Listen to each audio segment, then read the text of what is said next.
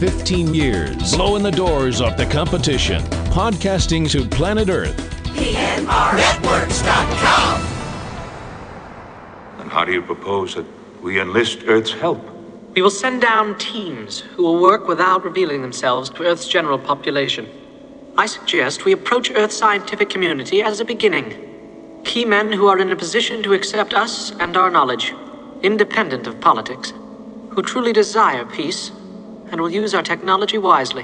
Cavebabble.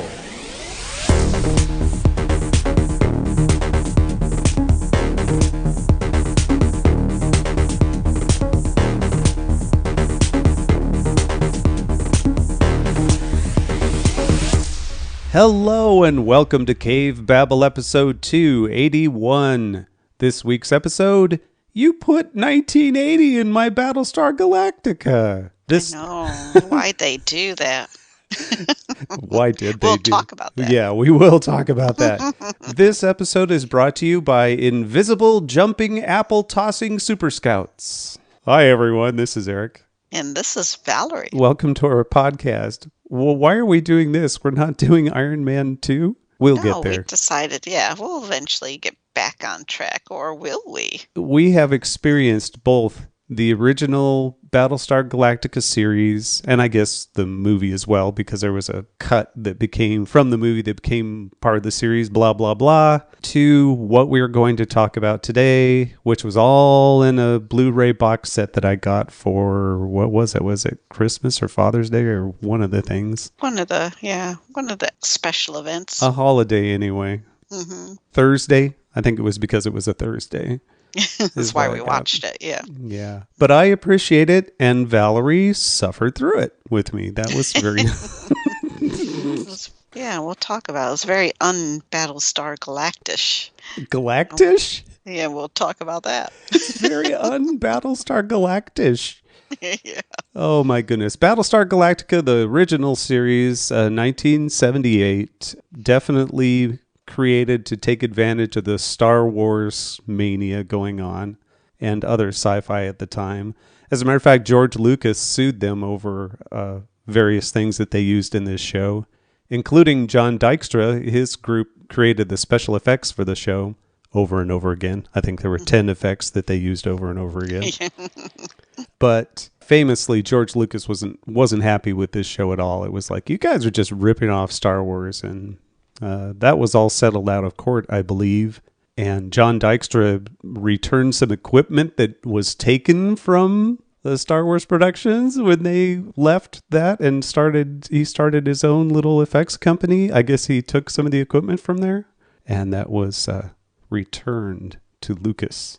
And so, I don't know what George Lucas was so concerned about. This was not even close to the caliber of Star Wars, so he really had nothing to worry about.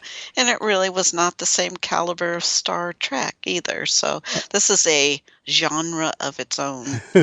It's definitely its own thing. That's true, but based on other things. I mean, with influences from all over the place. And it has a very large following. The original series does still. And we will get into that series as well, because we have watched all of those recently as well. But how can we not cover Galactica 1980? I mean... I know, it's right up our alley of Cavebabble talks about odd stuff. Oh, wait, that's eats odd things. Well, same thing. We ate this odd thing. If you know Battlestar Galactica, classic Battlestar Galactica, you know Starbuck and Apollo and, Commander Adama and Colonel Ty and Boomer and all of those classic characters, almost none of which are in this show. Right. For Galactica 1980, we still have Commander Adama. Yeah, I'm surprised that he hung on. I mean, he obviously did other shows. Maybe he just did this one for, quote, fun. I have no idea. Obviously, Lauren Green, they must have paid him well, I guess. I don't know. This show was made on a shoestring budget. It seems to be, Maybe he donated his time. Maybe he donated his time to this. Certainly not. This Galactica 1980 doesn't have the same, budget as the original series. And even that, I think, honestly, the original series, I think, had a crazy budget. And in a lot of ways, it doesn't really show it. Which might be why it got canceled, because it didn't, didn't meet the expectations of the producers, maybe? Because, I mean, it didn't get canceled because of its, the ratings. The ratings were, it was getting kicked around by the likes of like Mork and Mindy, things like that. So timing, it was released at a bad time. Yeah, but we don't want to cover too much of that because that'll be in another episode that we do. There's enough to laugh at in this series that we're just going to cover 1980. So we're doing this kind of back-assward, I know. Well, 1980, because it's a season onto its own, it really doesn't have much to connect it to the original. Cannot wait to talk about it. We can cover it without. Cannot wait. All right. But it is spoilers. Oh, yeah. Yes, very much spoilers for, just characters in general from the first series. Those that they bother to even talk about, that is. And, so if you've not seen this series, I don't know if we could say you should, although I really want to tell you to, because this is some of the most fun bad TV I've watched in a long time. Yeah. Oh, it's so funny, babe. So funny. It's like they must have gone to a street corner and said, hey, we need some extras for blah, blah, blah. And it's filled with people that were the actors of the day that were in all of the television shows at that time. They're all in this. And so it's neat. It's neat to see the faces and say, oh, him, oh, her, oh, my goodness, things like that. But anyway, let's just get into it. What are we talking about? Galactica 1980. The great ship Galactica, majestic and loving, strong and protecting. Our home for these many years we've endured the wilderness of space. And now we near the end of our journey. Scouts and electronic surveillance confirm that we have reached our haven, that planet which is home to our ancestor brothers. Produced by Glenn A. Larson. He also did things like pretty much everything at that time. Knight Rider, Fall Guy, Magnum P.I., BJ and the Bear, Buck Rogers in the 24th Century, and on and on and on. Didn't he write that comic strip, Far Side? Yeah, Gary. No, that was his brother Gary, right? Poor guy. He is no longer with us. Glenn Larson died. Yeah. He was born January 3rd, 1937 in Long Beach, and he didn't move too far from where he was born. He died November 14th, 2014 in Santa Monica. All of his production was in Southern California, so... Yeah, I guess he really didn't have a need to move. He was quite successful, I guess. If his bio says he was successful both financially and popularly, so... But I guess the other stuff he did, Knight Rider, Fall Guy, Magnum P.I., they were probably some more of his more successful adventures. Yeah, they weren't necessarily big hits with the critics, but they were very popular shows. You can't hold that against him anyway. Oh, yeah, we've watched Knight Rider all the time, so... We've watched, everybody that was alive back then watched one of his shows at one time or another. So, yeah. We could do an entire show just on him if we wanted to. So that's how much he's done. Oh my goodness. Okay, shall we just do stars first and then we can talk about what it's like? Or actually, I'll just give an overview of what it is. That's true. Give an overview. Yeah. We are back at Earth. We're visiting Earth. Finally, they have found Earth. Battlestar Galactica, the whole idea behind it is they are searching for this mythical place called Earth that is supposedly where their roots are from Earth, which is obvious because they're humans. They look human. They aren't even the Star Trek aliens where they just stick a little prosthetic on them. They're humans from way back when. So anyway, they finally have reached Earth after everything that was set up in the original series. There was a transmission at the end of that was the moon landing, right? As I recall, but none of them saw it. It just came through while they weren't there, and it was showing on the screen, and that was the final episode. Wasn't supposed to be the final episode, but it ended up being. So they dropped it right in the middle of the story, of course, because of ratings. Galactica 1980 was the result of a write-in campaign by fans wanting the show to continue. And this one picks up how many years later? I guess it says in the storyline, it says 30 years after the events of the series Battlestar Galactica. That makes no sense, though. No, it doesn't, yeah. Because, and we'll explain why. Yeah, Yeah, well, because why? because the one guy would be older. Well, Troy. So Troy was supposedly Boxy from Battlestar Galactica, All Apollo's adopted growed up. son. Right. But Troy, so Boxy was About 10. about 10. That would have 9. made, I mean, he wasn't maybe that old. Maybe he was like 8 or 9. but it would make Troy in his late 20s, and he seemed to be, well, that's probably about right. So I thought you said 30 years after that. Yeah, 30. So that would make him 40 years old. Oh, that's true.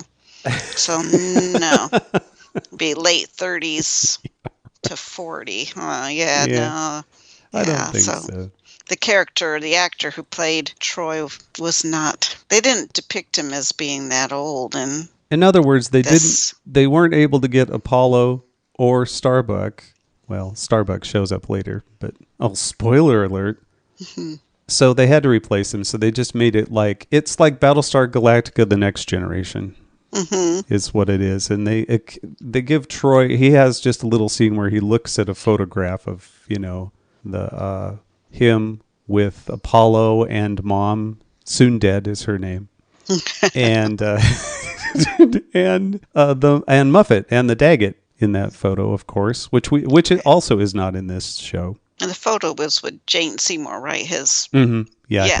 And then his mom died, his adopted dad died.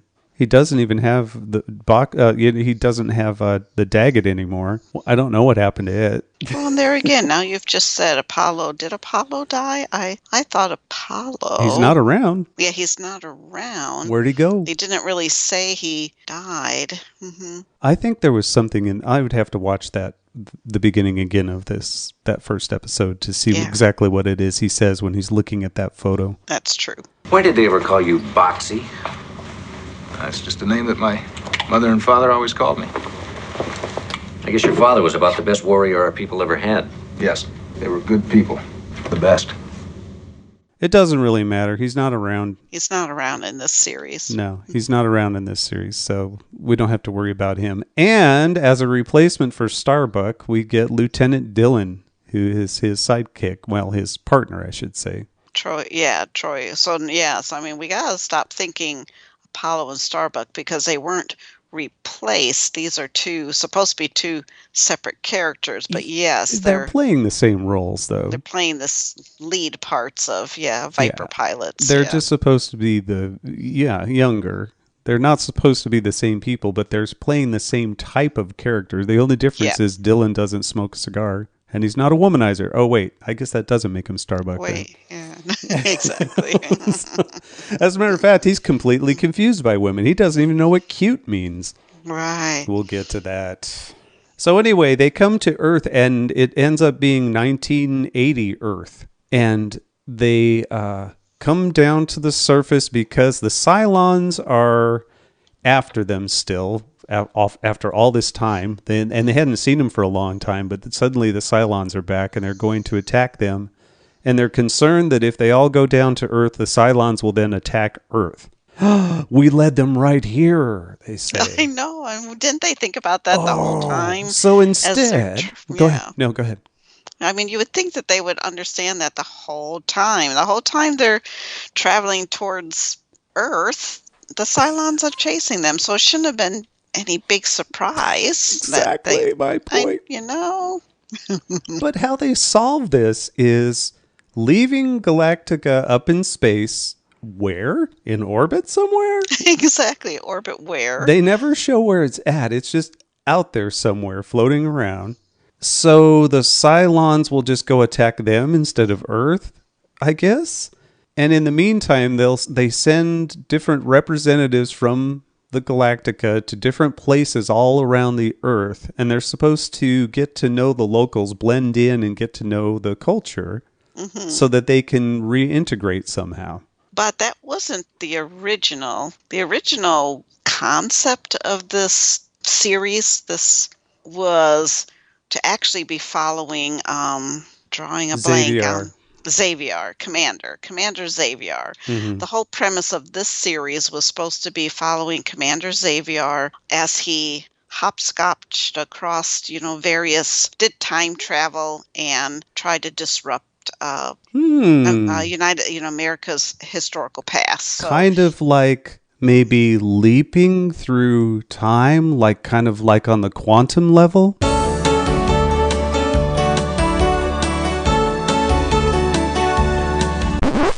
Yeah. Like a quantum leap, maybe? Exactly. And that is what kicked off that idea for that show.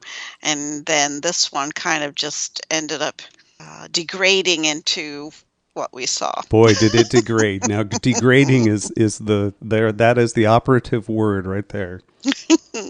So anyway, they meet up with a variety of people and they go on adventures, and we will talk more about it. And then, of course, it all just ends abruptly because they only got like 10 episodes in and it was canceled. So here's some trivia for our listeners. How many civilian ships?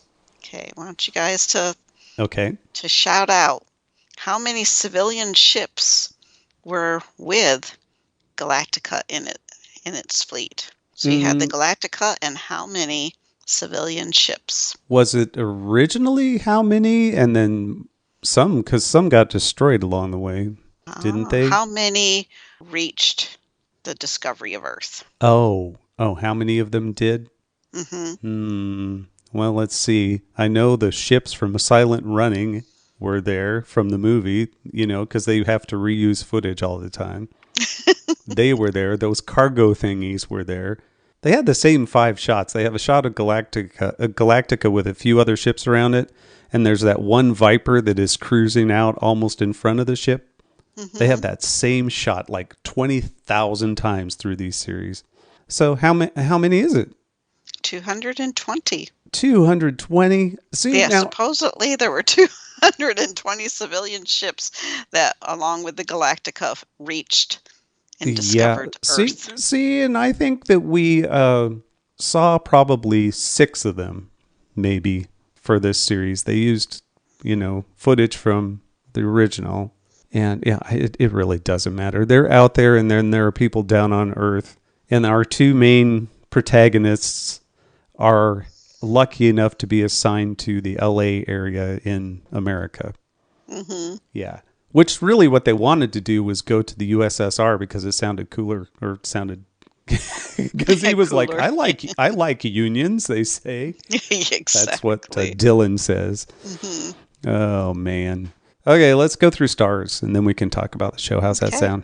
Sounds good. Who stars in this? Well, first of all, we have Kent McCord as Captain Troy, formerly Boxy. We recognize him mostly from the Adam 12 TV series. He was one of the 2 main leads on that one. Yep. And he was in everything, right?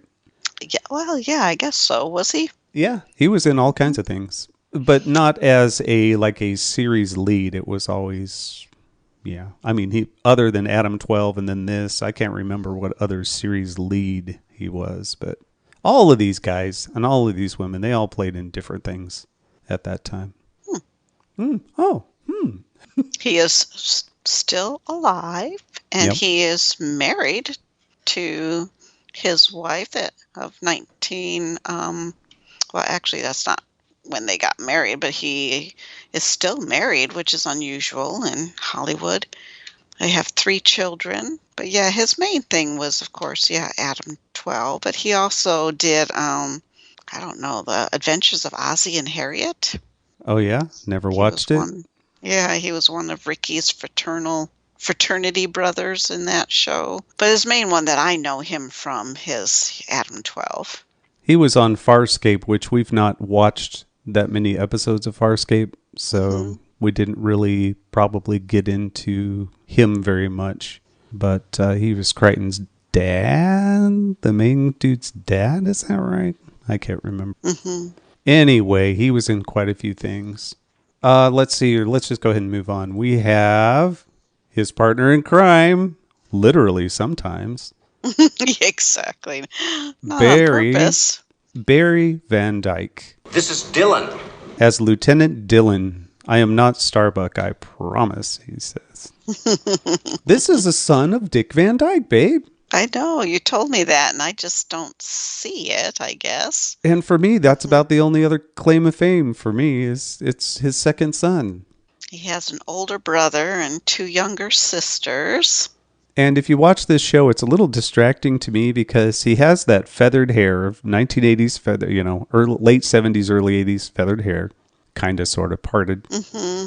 But his head and face look too big for his hair.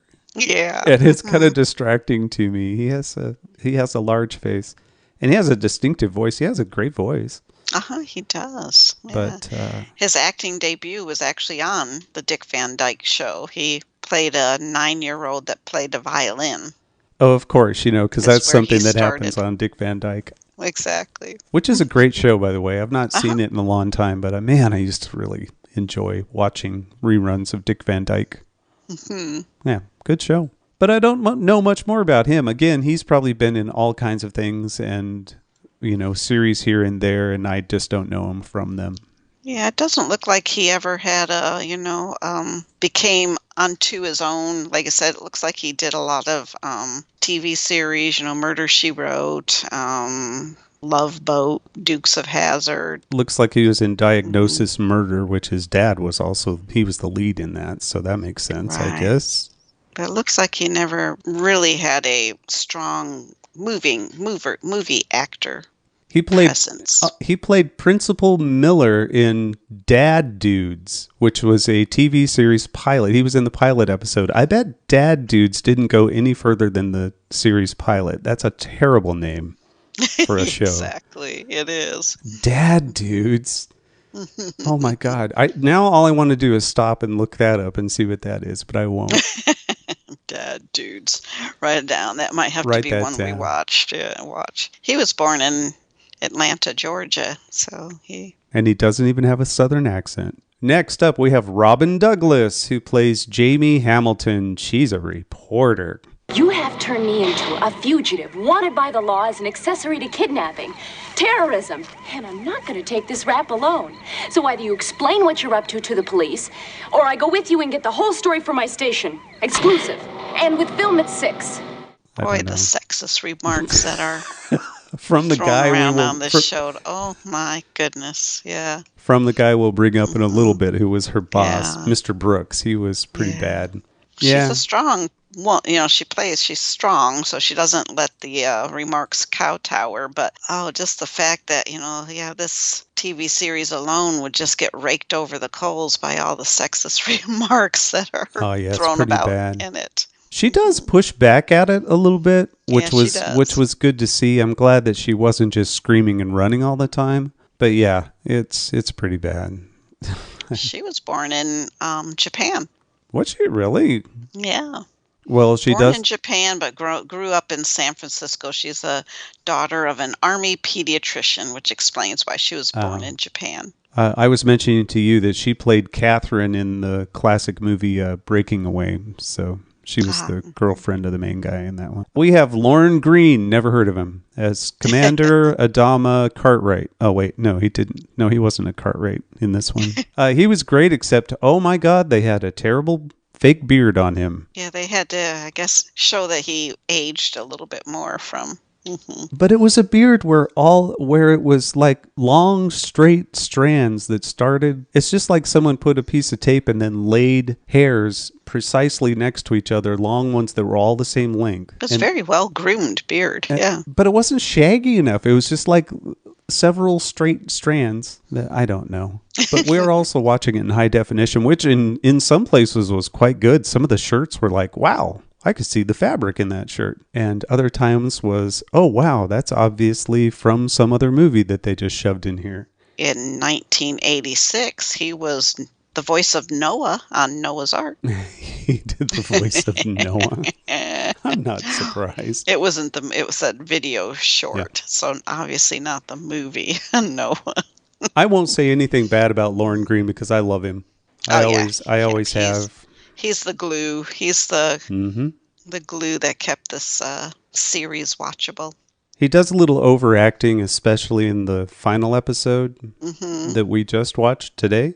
And Yeah. he's a little over the top in that, but I wonder if he does that to try and pull the other actors and actresses along.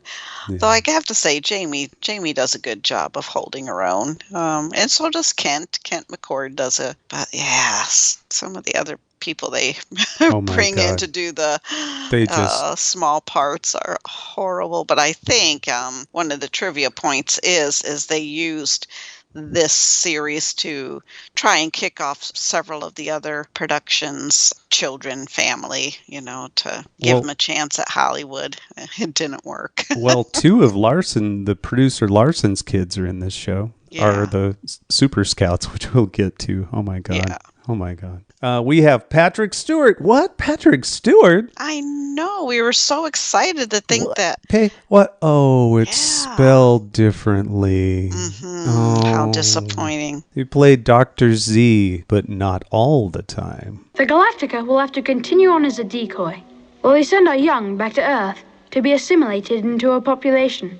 In the original 3-part that opened this, it was a different kid who played Dr. Z. And then I guess that was for the pilot, the 3, I don't know why, honestly. Yeah, we haven't been able to figure out. So if any of our listeners know why they changed to Patrick Stewart after the original kid, we'd like to know, because we couldn't find any information other than your just general summary, Eric, about. Okay, I did one quick Google search. That really doesn't count as research. I know it's probably obvious to the fans of the show. They probably know all about it. So so to the fans of the show, let us know. Enlighten us. Yeah, why did they change? Not that the Patrick Stewart was bad. I actually he was fine. But there was nothing wrong with the other kid either. So James Patrick Stewart has done all kinds of voice work on video games and animated shows. So obviously his voice is as well known or better well known than he is himself in shows. He was fine. I mean, he wore a wig and mumbled a bunch of lines, and it was just fine. So, we have Herbert Jefferson Jr. coming back as Boomer, except now he's Colonel Boomer. Sir, I'm sorry to report that Xavier has escaped. So he and Adama are essentially the only two, the recognizable, the two most recognizable from anyway. The original series. Yeah, and now he plays the role essentially that Colonel Ty was. As a matter of fact, they even put little gray in his hair on the side to show that he's older now. And it makes him look even more like Ty. So obviously they're trying to go for that look because that's how he acted. Boomer was one of my favorites from the original show. Yeah. I liked him. He played him well. I liked pretty much all the scenes he was in. He seemed more realistically than most of the guys on that show. Yeah, he stays very consistently in character and consistently does not overact either. He's built too. I remember him shirtless in one of the shows. It was like, wow, that guy's built. Yeah. We were trying to inspire ourselves to get back onto a nice routine, especially after the recent visit with your wonderful sister and That's her right. significant other, Jim. Wonderful visit, and they definitely inspired me to want to get back into shape. Yeah. My sister runs big races in the mountains, no less. She's incredible. What was the last one she tried to do? 100K. 100K. Yeah. 100K. Yeah. Right. She said, well, I didn't finish it. Well, but you even attempted. She finished half of it, though. And it wasn't because she was petered out. She had taken a fall. So, yeah. Right. Anyway, let's move on. We have Robert Reed, who plays Dr. Donald Mortensen, and also the father of Marcia. It only took us 66 years between the Wright brothers' first flight at Kitty Hawk in 1903 to putting a man on the moon in 1969. 66 years. How long have we been in the nuclear age? 35 years? Since 1945. Of course, we don't have all the answers yet. Yep. That Robert Reed with his curly hair. His curly hair is still around. Yep, it's curly hair, just like on Marcia. He is doctor of nuclear science because he's discovered a new type of nuclear energy or something like that. Yep. discovered it, but wasn't quite able to get the whole shebang. But so, of course, then, Captain Troy, because they know everything about that. Being a captain, after all, who flies Vipers around, he would know all about nuclear energy and the... Oh, of course, yeah. He supplies the missing part of a formula that is going to revolutionize everything. Yeah, I thought that was kind of funny that he knew the formula. It's like, oh yeah, we get taught this in kindergarten. It might as well be the formula for transparent aluminum that Scotty gives in, the Voyage Home. Exactly. Same concept. Transparent aluminum? How do we know he didn't invent the thing? So yeah, he's in this show, and he's fine. I've always liked him. He has a very, I've always liked his style, and he's fine in this. He doesn't put down Jamie that much. Actually, he's pretty nice to her in this show. But we have Fred Holiday as Mr. Brooks, the boss. Now, he doesn't treat her very nice. I'm Mr. Brooks, your boss. Come on, we got work to do. Annie, we'll ride out in the camera truck. Do it now. He was also on episodes of Adam 12 and a whole bunch of other TV shows as well. He's kind of a dork through most of this show. We have Richard Lynch as Commander Xavier. Xavier. Dr. Xavier, I understand you were able to provide a few minor aids to our cause. I should say I made this entire event possible. And Richard Lynch rarely, if ever, played a good guy. He was always just like this, wasn't he? Yeah, always played a bad guy, seemed. Played in all kinds of Z-grade movies. Yeah, he plays this kind of character all the time. As soon as he shows up and he starts talking, you say, yeah, here's a bad guy. You don't have to wonder who the bad guy is. I don't know how they don't see it, but right. He's definitely the bad guy. We have Eric Larson and Michelle Larson, like I said, the children of the producer, who played Moonstone. Eric played Moonstone, and his daughter just played Super Scout. I don't think she had a name, at least not in IMDb. She's not named. They're the Super Scouts. We'll talk about Super Scouts here in a little bit. We have a motorcycle gang that shows up, because we will talk about motorcycles as well, which is one of the most hilarious things in the show. Brian James is in that gang. You would know him from lots of things, including Blade Runner. He gets his head shot in Blade Runner. He's a replicant, that guy is. And in a motorcycle gang. And the other dude claims of fame. See? And the other dude in that motorcycle gang is Mickey Jones. That's the name of that guy, who has played that role so many times over the years, and he just died back in 2018. So, Alan Miller played Colonel Jack Seidel. He's also had all kinds of TV work. Peter Mark Richmond plays Colonel Briggs, who I just wish they had a partner who was Stratton, so they could be Briggs and Stratton. Again, he was in all kinds of TV, movies, all kinds of things. And finally, John Quaid. That's the name of the guy, babe. Okay. John Quaid plays Sheriff Ellsworth. Don't you leave town now, because before this is all over, I'm going to check out every single one of you people, right down to your fillings. Come on, Collins. Boys, let's round them up. And if you ever see John Quaid, you'll say, oh yeah, him, the sheriff, the redneck sheriff. Because he always plays that small town rural sheriff part. That's, at least whenever I see his face, it's like, oh yeah, it seems like if you need that type of an actor, you call him. I would suggest anyone who is interested, go to John Quaid's IMDb page and read his biography and see what he was like later on in life, in real life, because he became pretty much exactly what he plays. So you'll have to check it out. It is very interesting. And that's the cast. There are, several others that showed up along the way, but that's the gist of it. Okay, babe, here we go. We're going to talk about this show. Now talk about the show. Mm-hmm. This is so much different than the rest of Battlestar Galactica, both the original series and the reboot. This is just 70s. It doesn't feel like the 80s. It feels like the 70s to me. Yeah, I agree. Yeah, because it doesn't have an 80s feel to me either. Yeah. Mm-hmm. It bounces all over to the most ridiculous setups, and they do the silliest things. And it's all with that like late 70s, early 80s tropes of, the redneck sheriffs, the big bad developer is poisoning the water, things like that. There's everything. Lots of social issues. Yeah, right? yeah.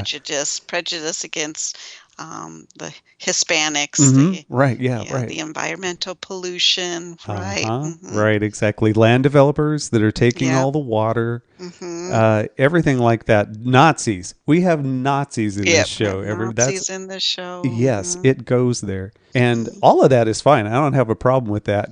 But this is Battlestar Galactica. What the heck are they doing?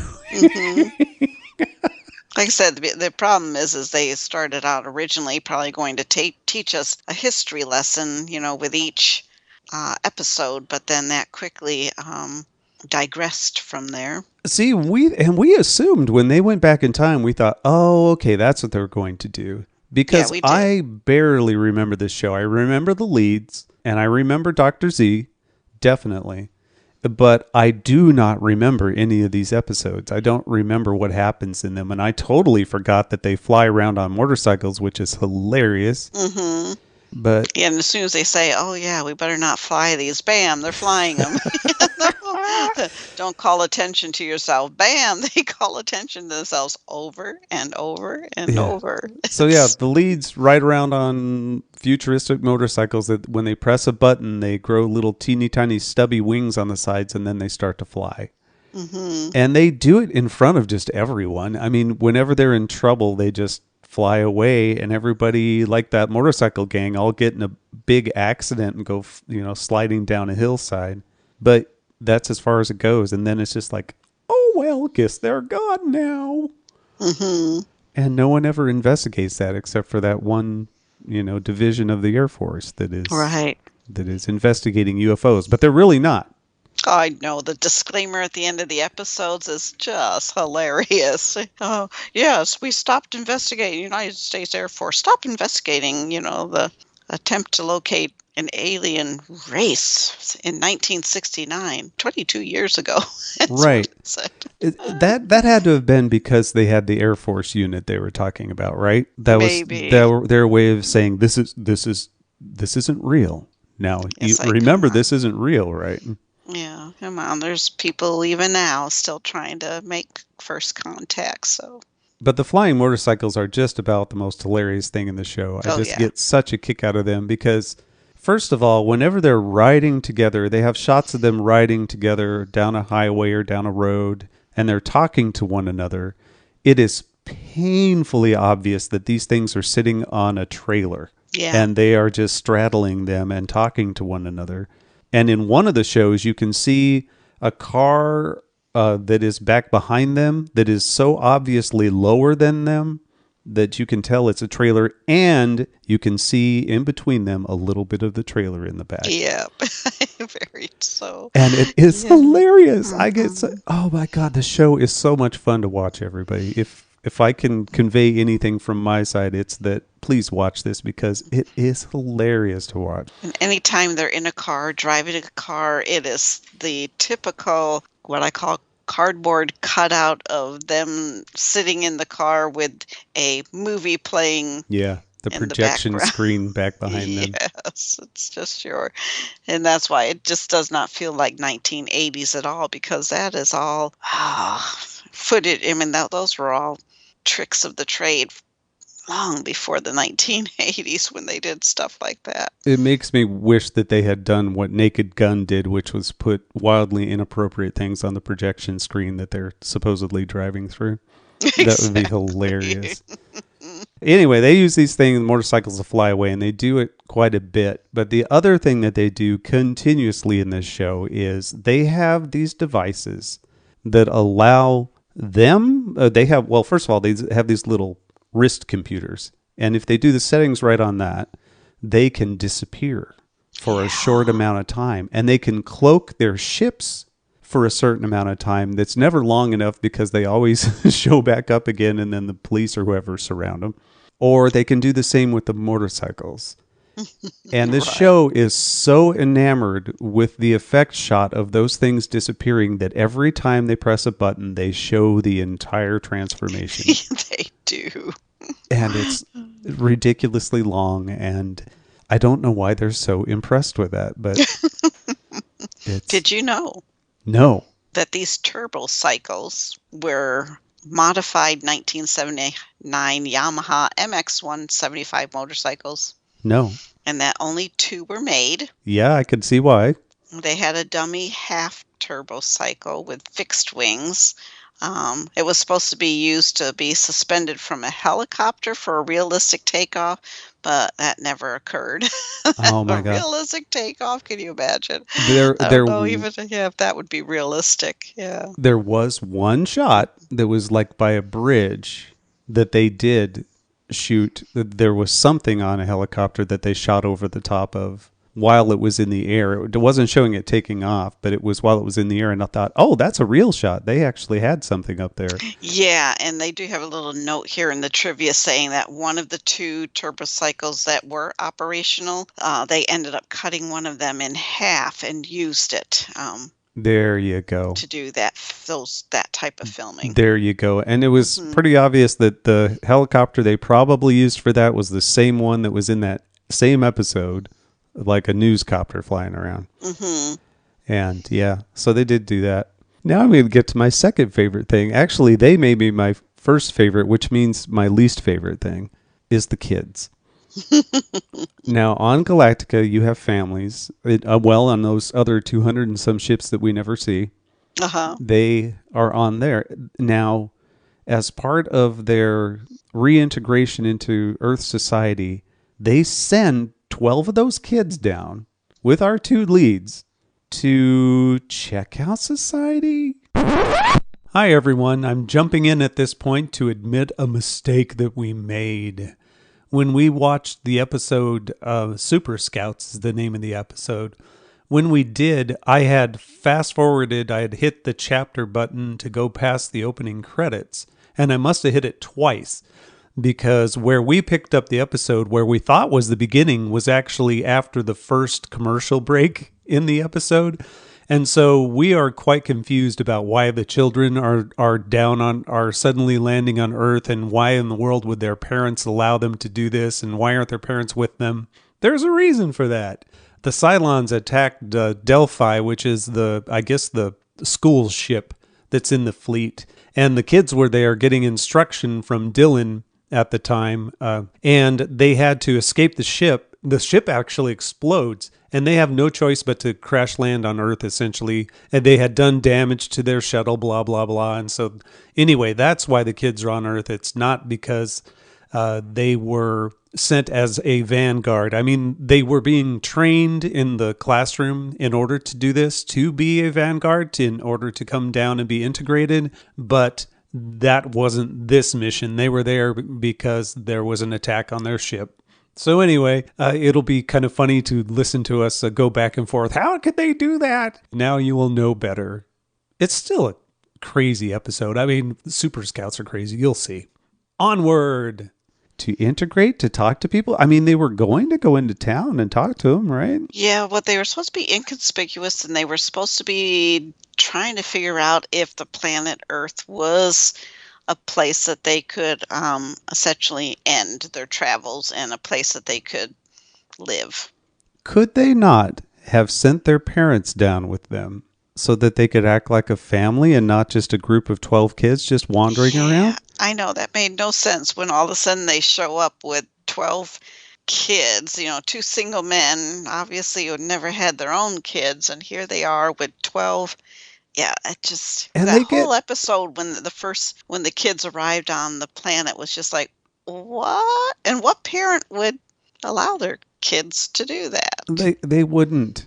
No, They wouldn't. It made no sense. They just wanted kids in the show, and they sent them down kind of like the Bad News Bears.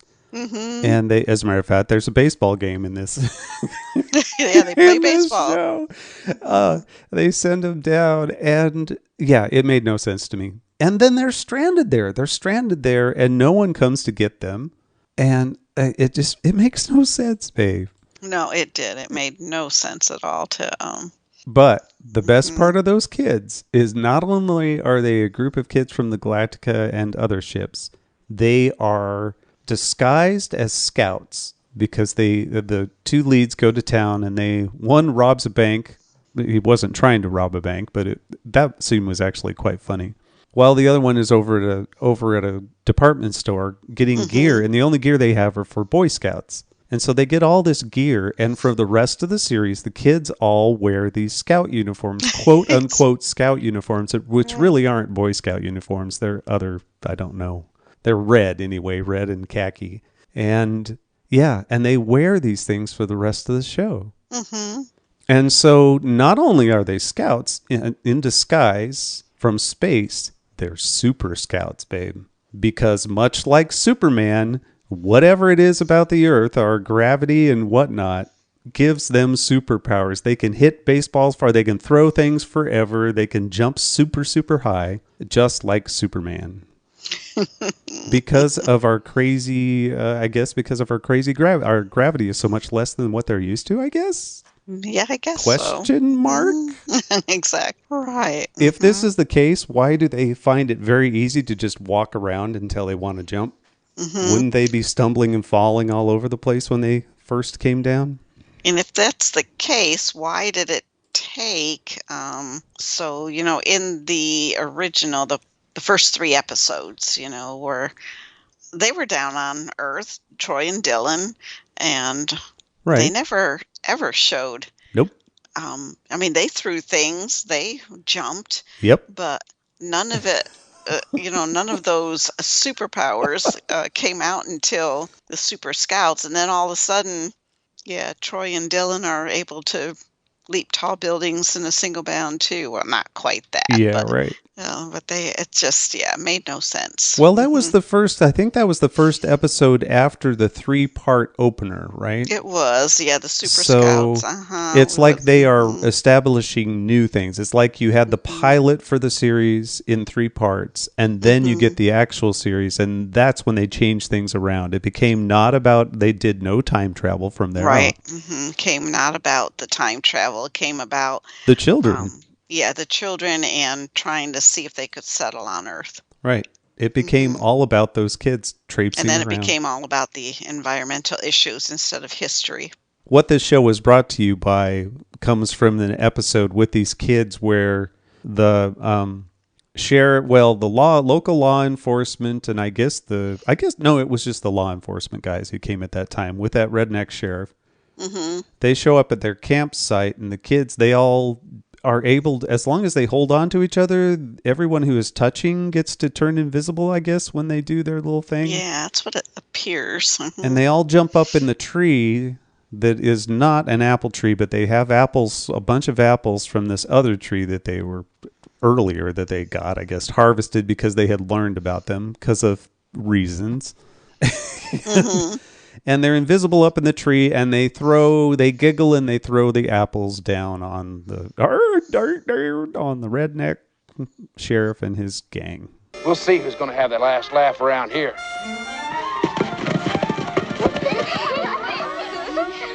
Who's laughing? None of us, Sheriff. That came from nowhere. They're in these woods someplace. And we're going to stay out here and find them. I don't care if it takes all night. And they're trying to stay, out of sight, why would they do that? They wouldn't. Yeah, why would they do that? They're even talking to each other, and they're like, who's saying that? Or, are somebody saying something? So, yep. I think the one time they do finally try to tie in Battlestar Galactica and actually try to remember the Cylons, so they bring in the Cylons into a couple of episodes. Yeah, they do. In order to make it fit, they, of course, bring them in around Halloween.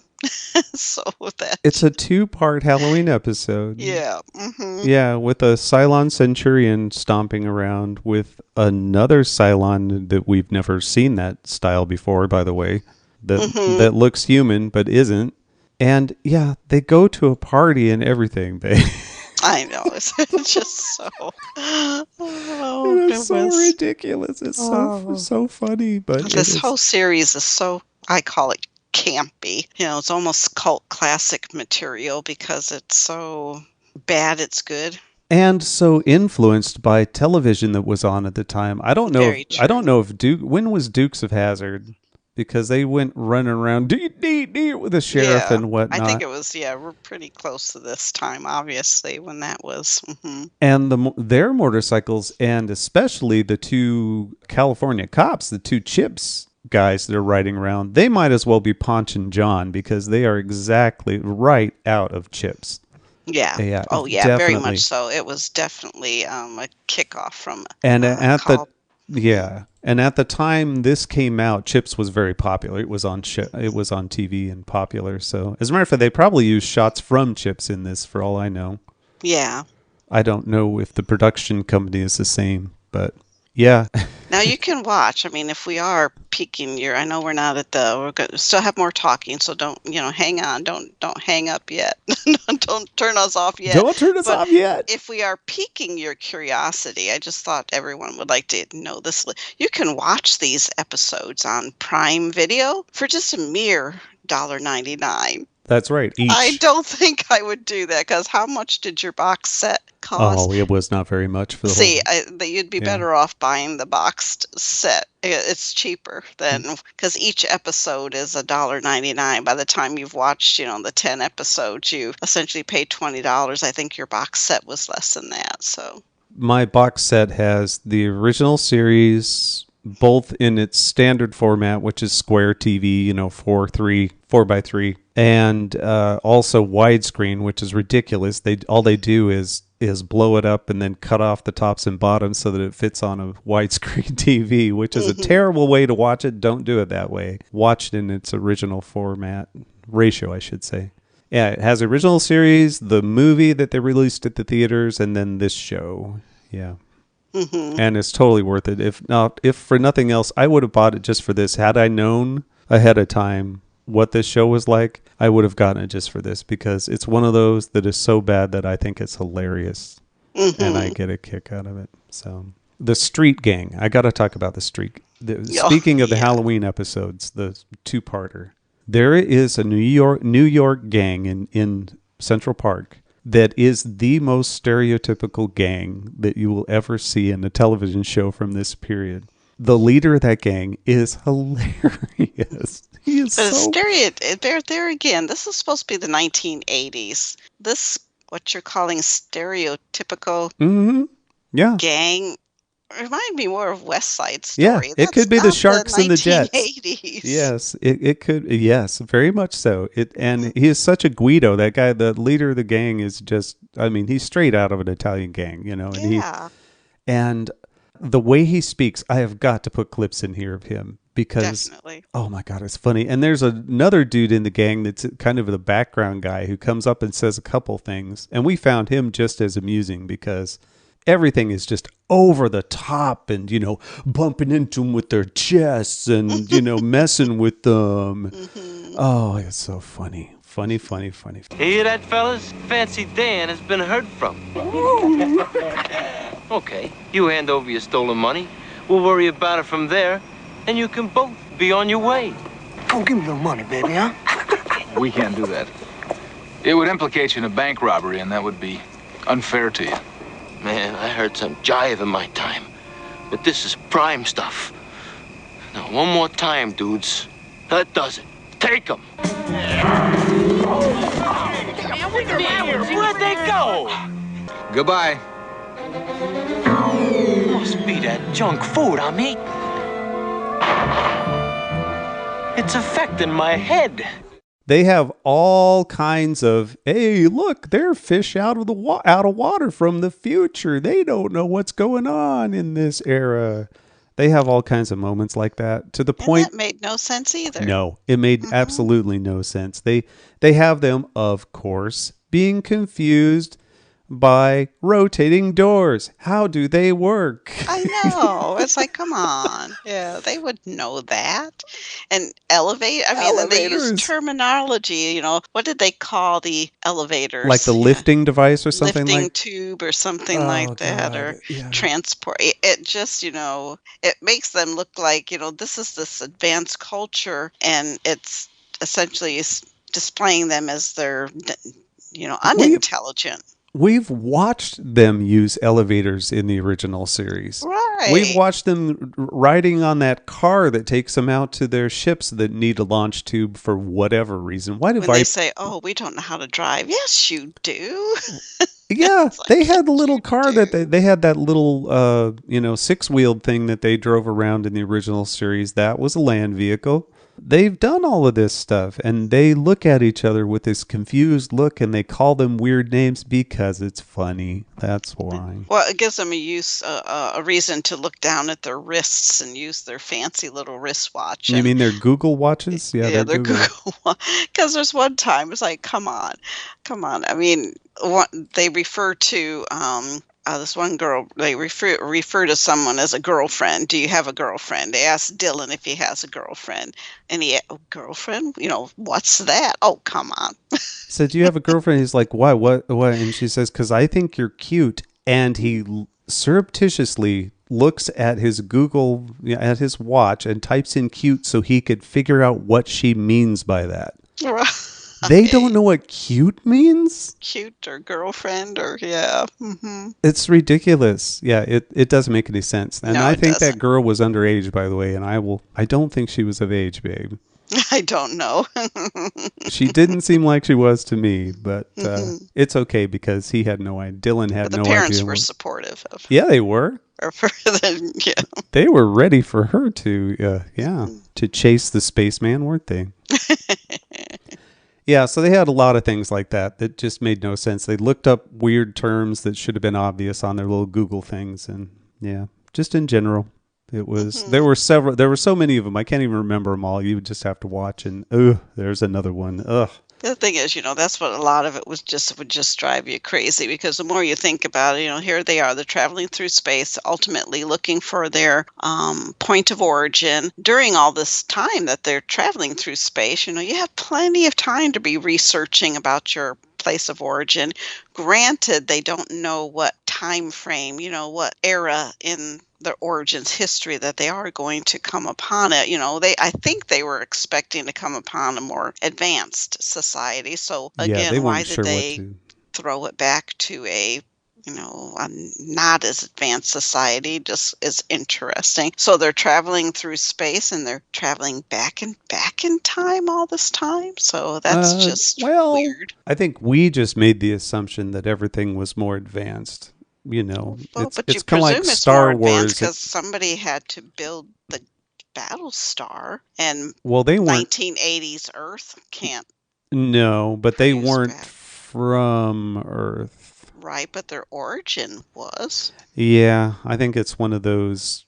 And then that one time when they came upon the first humans on a different planet, because they were. Oh, that's right, they did. We're going back to the original series. No, that's okay though. Go ahead. Was that the original? That wasn't the okay, but so still, this was. I guess that's what you need to do when you watch this series, is not try to tie it in with the original. No, I mean it's trying to make that connection, but honestly, it's just Larson saying, "Okay, I want to make something that is." Takes place in 1980, but still has the trappings of Battlestar Galactica. So it's like he tried to shove sci-fi into one of his other shows. Right. And why he changed, it doesn't really flesh out either why he changed from the concept of doing history to doing instead, environmental platform. I think in my opinion, if he had stayed with the history jumping, would have been, in my opinion, more believable. Yeah, it would. If you are chasing the villain who's trying to change the timeline so that he can become, the next powerful villain on this planet, to take over this planet, that would have been a more believable, I think, rather than this campy, like I said, environmental. Not that I enjoyed, the platforms, the different concepts, and supporting, so we don't continue to ruin our planet, and we. Oh no, the messages are fine. Yeah, I didn't have messages any are trouble fine. with the social and ecological messages. I think Exactly. I think they were fine. It's just you could just see if this series went forward, it would be, again, like I say, eventually someone would be trying to stop someone from tearing down the rec center, the local like every 80s show, Right. back then. And I think that if you go back in time, well, first of all, why does everybody who has time travel go back with Nazis? Why are Nazis in everything like that? Mm-hmm. Right. Is it because we have so many old costumes from World War II movies that we that it's easy to do Nazi costumes? Right. That's easy to get a hold of that Or from wardrobe. Yeah. Or are we secretly fascinated with Nazi fascists? Uh-oh. But every time, a lot of it is when they do go back in time, a lot of times there are people wanting to stop. But then they, of course, remind us that we can't alter history. So I think a lot of that, maybe it's that too. If we could go back in time to stop those atrocities. Well, they certainly aren't doing anything to cloak themselves from modern culture, that's for sure. Right. As they fly and all around the on changes that they are, like I said, just the fact that Jamie knows who they are, and now that the farmer, and that alters history from that point on. I like how they run around in those puffy leather jackets in Southern California all the time. Yeah. Can you imagine how hot that had to have been Mm-hmm. to film this? It was, yuck. They don't look like they're hot, but there again, maybe they have to take multiple breaks to dry their brow. Who knows? I mean, a majority of those street scenes are all on backlot at Universal anyway, right? That is true. Mm-hmm. So that's all, it looks just like you're on the Universal tour. Yeah, very much so. Through most of this. It's like, oh, hey, that street looks just like the one we went down at. Yeah. Yeah, right. Universal Studios. Yep. And here, look, it's just a different era now. They just put a different car on there. So, yeah, it's pretty funny. So, thumbs up from us. I as far as watching. I don't know. Thumbs up is kind of. Thumbs up from us. Some sideways. Thumbs up from us to watch it for how bad it is. It is because it's not one of those. It's just horrible and you can't make it through it. Oh no, it's fun to watch because is entertaining. It Makes is you laugh. very entertaining, especially if you were alive at the time where that type of television was on. Because a lot of those old shows show up loud and clear in this one. Even the ship that they build, that Dr. Z builds, it looks like it reminds me of the mothership in Close Encounters that comes very down. Much so. Mm-hmm. So, it's just so many references to other things in here. And, Oh, one thing I like about those wrist computers is the bands that are on them. Yes. It has a dual, like a stretchy band. But it's one of those 70s metal stretch bands that half the time it just pinches the hair on your the hair on wristwatches. Yeah, exactly. So all I thought as I was watching the music is, oh God, that's gotta hurt. Those things are just gotta be pulling his arm hairs. Two of them are just make it that much worse. Double the torture. Mm-hmm. Oh my God, it is so much fun. I wouldn't actually say thumbs up on this. I know they are terrible. These episodes but then, like I said, terrible. they finally tried to salvage this series. Let's talk about that. By the final episode. Now, the final episode was finally back to Battlestar Galactica, as you know it. I think they did try to save the ratings by bringing back Starbuck, but unfortunately, it didn't. It didn't save it. Mm-hmm. Dirk Benedict came back for the one episode, and it's him getting stranded on a planet with the Cylon group, the ship that had been firing at him. They crash land too, and he puts together one of the Cylons, and he lives with them on the planet for how long? Not long, because he claimed he only had 3 days supply of food, but somehow he continued to live there. Who knows?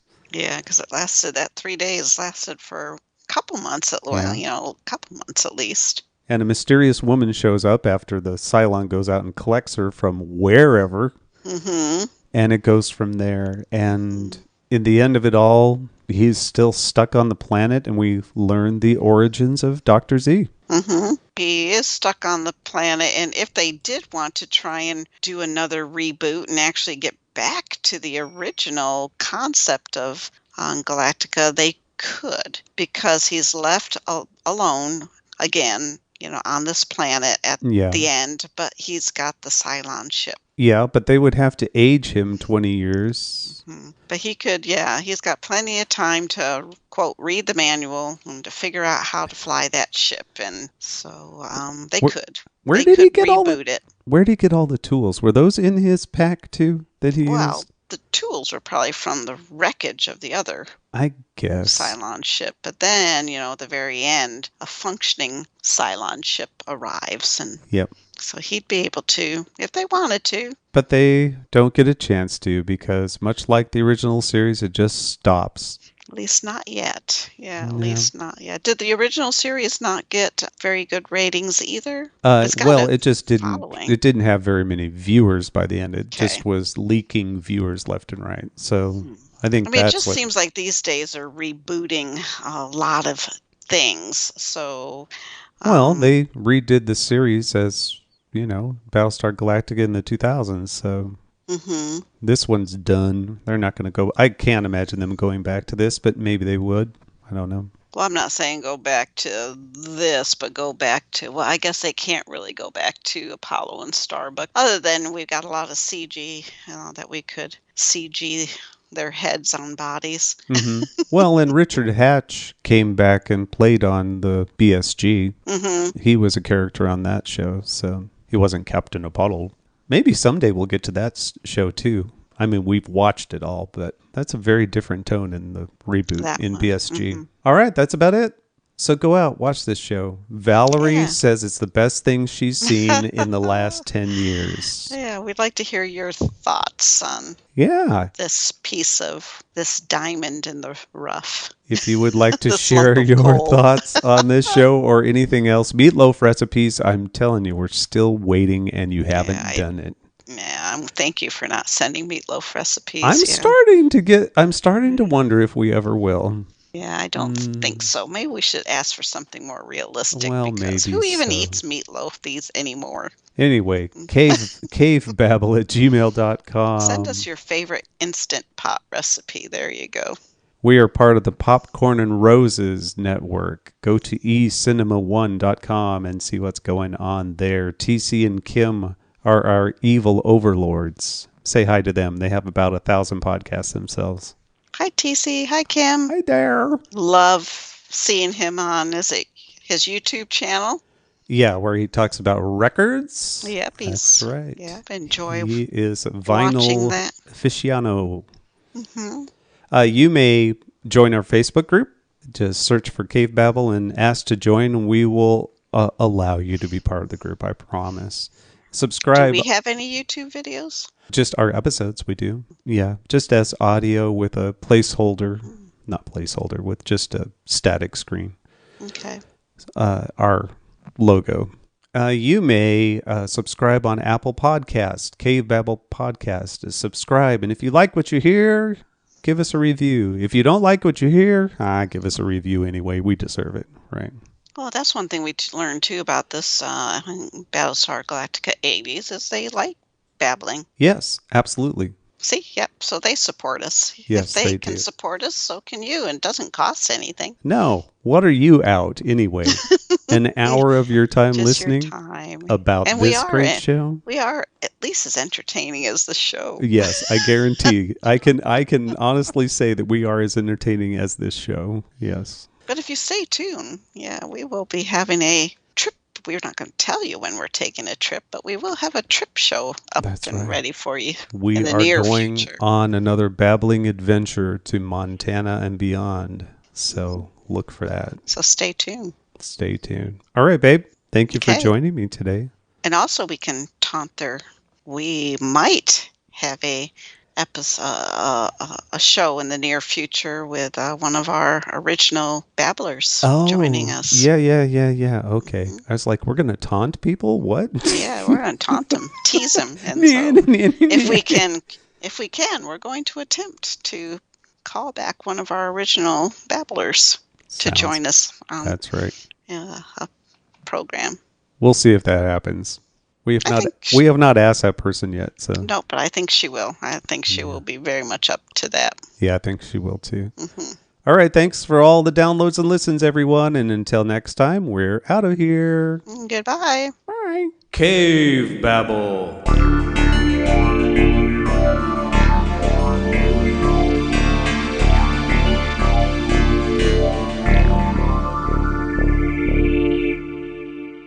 Children, we won't be going back to the fleet. You're about to be the first children from the stars to set foot on the planet Earth.